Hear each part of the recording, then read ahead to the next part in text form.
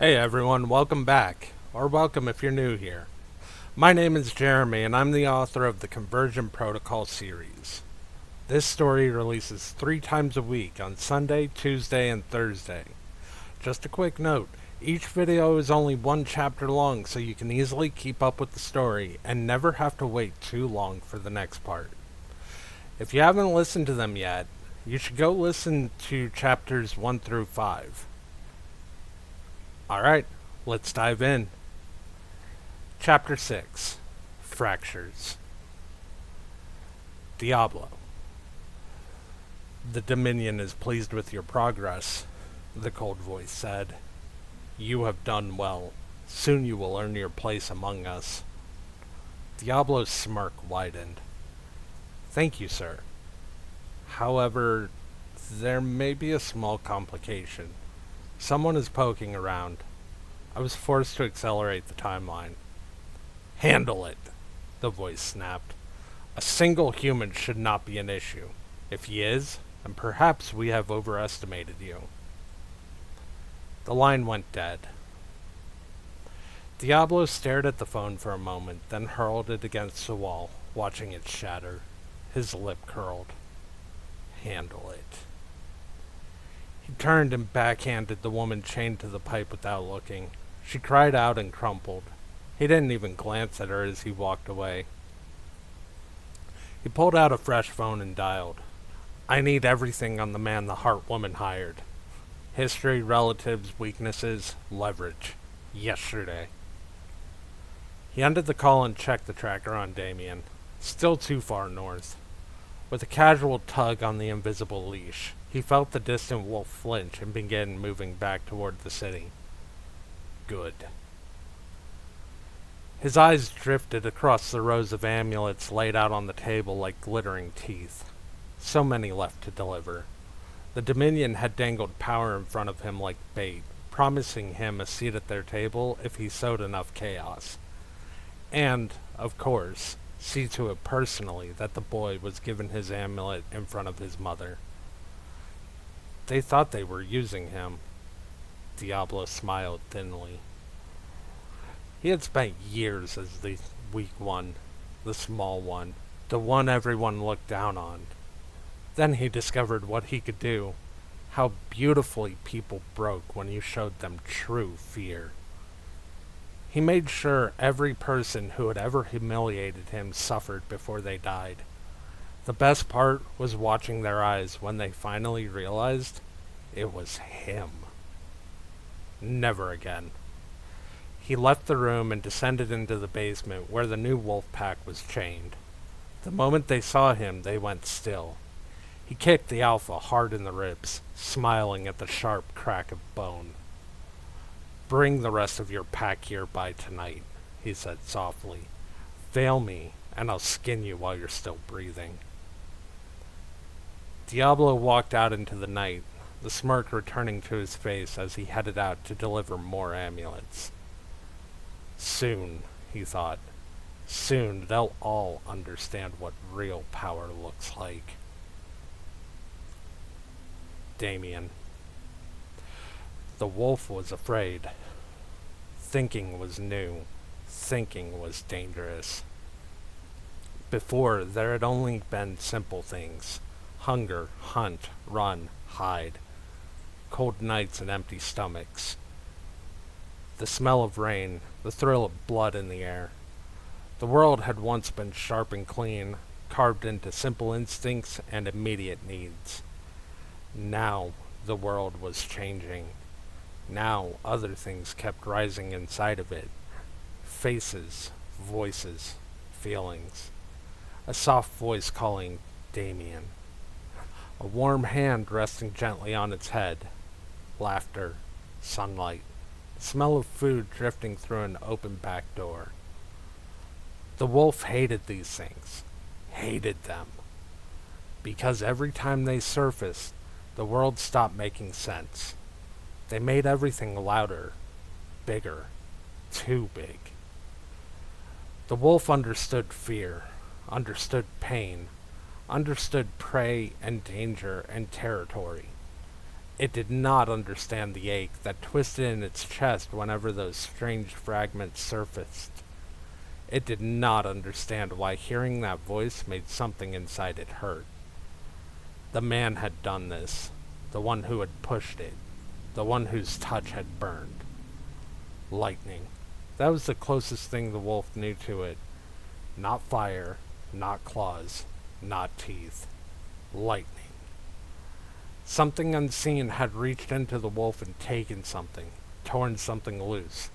Ever since then, the weak thing inside would not stay quiet. Before, it had only whispered. Now it pushed. Now it fought back.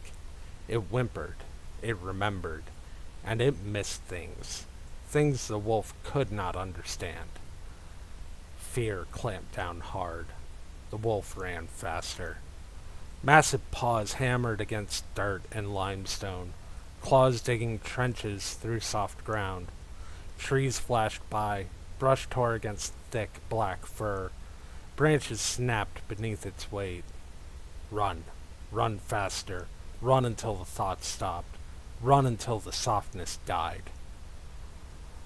But the memories kept coming.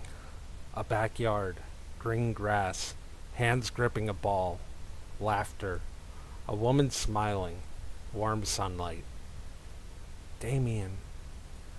The name struck like a thorn buried beneath skin. The wolf snarled.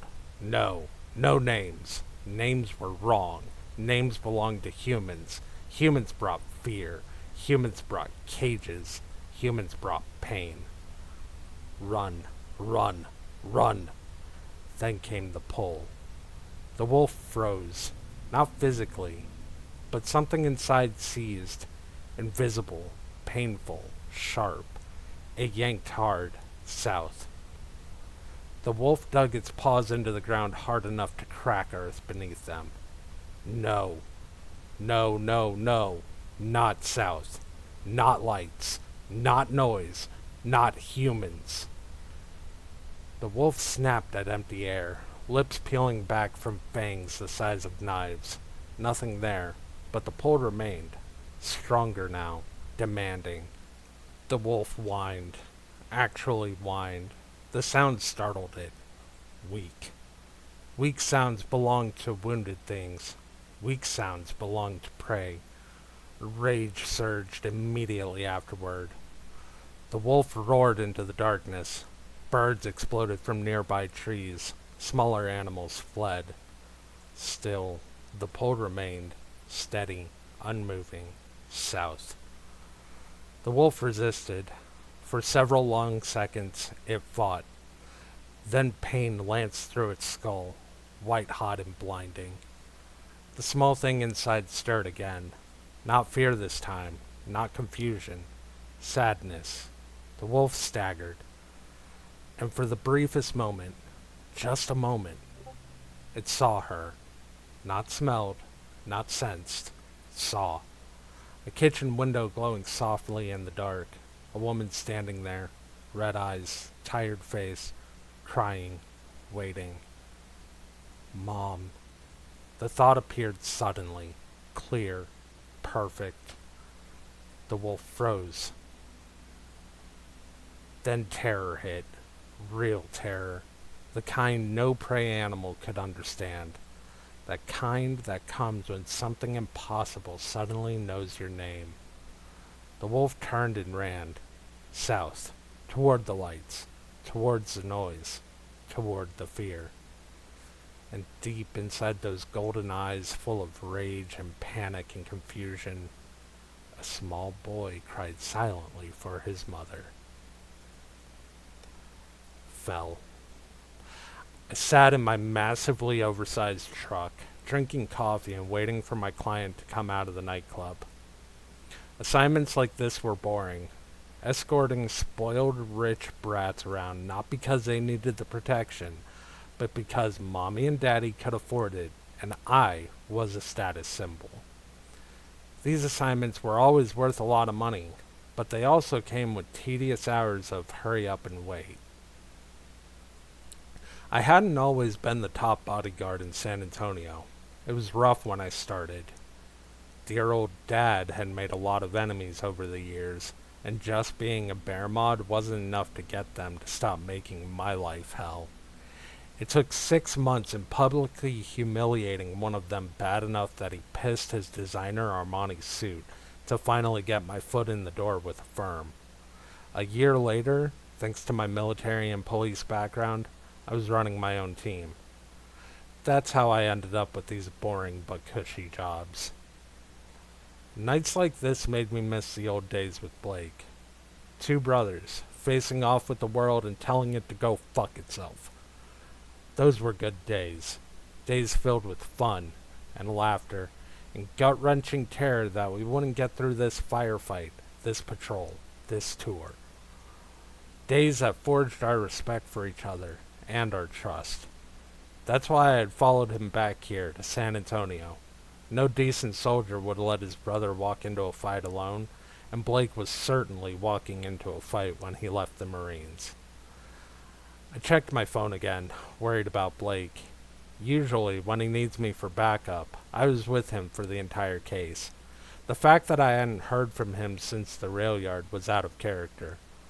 I almost texted him, but figured he would reach out when he needed to. It also didn't help that a rhino the size of a bus came plowing through a building down the street and started heading my direction. What must have been at least half the squad cars in the city were chasing it, lights and sirens blazing. None of them were stupid enough to try and cut it off, but they did have several helicopters following as well, painting it with spotlights.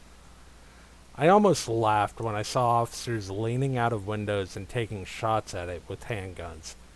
That thing wouldn't even notice the bullets bouncing off its skin. I could feel my truck bouncing off the ground every time the rhino took a step, see the street itself buckle and crack under its enormous weight, and debris falling from the tops of buildings. People were stumbling out of the nightclub my client was in, terrified and panicked. For a moment, I considered trying to get out of the beast's way, but then I saw muzzle flashes from the circling choppers, and it went down hard, skidding to a stop directly in front of the growing crowd outside of the club. At least they were smart enough to bring the heavy artillery, I thought to myself as I climbed out of the truck. I was approaching the body, watching to make sure it was dead, when suddenly, in place of a rhino, there was just a dead guy, completely naked, and laying in the middle of the crater the rhino's body had made in the street. The bullets that had brought it down tinked on the street as they fell. I scanned the crowd, making sure I found my client before going to inspect the body. The guy looked like an addict, track marks running up and down both arms, and thin to the point of starvation. The only thing on him was a pendant, hanging from his neck and giving off a faint purple glow. By the time I reached for it, the glow was gone. I pocketed the pendant just as cops were starting to cordon off the scene, and they rushed me away before I could do anything else. Back in my truck, I radioed the rest of my team and told them to get the kid out of there discreetly, then dialed Blake. No answer, which was even more unusual for him.